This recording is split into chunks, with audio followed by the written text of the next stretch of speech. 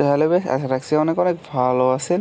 তো আপনাদের যদি সাইড বাটন এবং পাওয়ার বাটন দুইটার প্রবলেম থাকে, আপনারা কিন্তু ভিডিওটা দেখতে পারেন। তো এটা কিন্তু খুবই ইজি, আপনারা কিন্তু এটা সাইড বাটন এবং পাওয়ার বাটন দুইটা ছাড়াই কিন্তু চালাইতে পারেন। ভলিউমের সমস্যা হয়, সমস্যা হয় পাওয়ার বাটন না থাকলে বা ভলিউম বাটন না থাকলে, তো এটা কিন্তু খুব ইজিলি সমাধান করতে পারেন। দুইটা বাটন না থাকলে আপনাদের একটা আছে যার মাধ্যমে সমাধান করতে পারেন। তার জন্য আপনাদের এটা কথা প্লে স্টোরে আসতে হবে।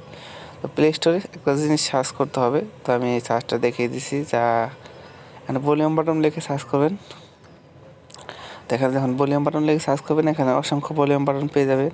তো আমি যেটা দেখাবো সেটা ডাউনলোড করবেন। এটা কিন্তু ইন্টারন্যাশনাল, সব জায়গায় আছে, মানে সব দেশের থেকেই আপনারা এটা ডাউনলোড করতে পারেন ইজিলি। এটা খুব ইজি। তারপরে যদি পাওয়ার বাটন এবং ভলিউম বাটন দুইটাই নষ্ট হয়ে যায়, তাহলে কিন্তু সেক্ষেত্রে ইউজ করতে পারেন। খুব ইজি একটা, এটা বাটন নষ্ট হয়েছে, এটা ডাউনলোড হবে, একটু অপেক্ষা করুন।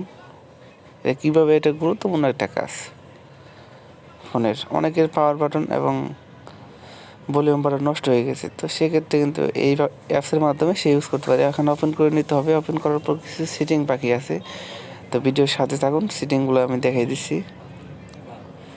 সিম্পলি ওপেন করতে হবে। তো ওপেন করার পর কিন্তু আমাদের এখানে আরও গুরুত্বপূর্ণ কিছু কাজ আছে। এবার কিন্তু ওভারলি করে দিতে হবে। ওভারলি সাইডে একটা বাটন আছে, তো এটা ওভারলি করে দিতে হবে। ওভারলিতে ক্লিক করার পর আমাদের এখানে একটু লোডিং নেবে, লোডিং নেবে, অপেক্ষা করুন। লোডিং নেওয়ার পর আমাদের এখান থেকে পাওয়ার বাটন অপশনটি খুঁজে নিতে হবে। তারপর সিম্পলি পাওয়ার বাটন অপশনটা খুঁজে নেব। দেখতে পাচ্ছেন?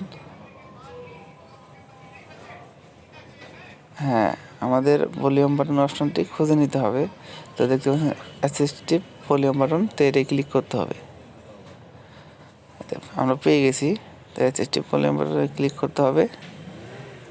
তো ক্লিক করার পর এখানে একটা বাটন আছে, বাটনটা অন করে দিতে হবে।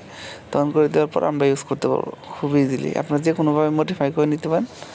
তো ধন্যবাদ। এই দেখেন বুঝছেন, আমার সাইটে কিন্তু আসে বসে। ধন্যবাদ, সবাই ভালো থাকবেন। ধন্যবাদ। এটা ইউজ করতে পারেন।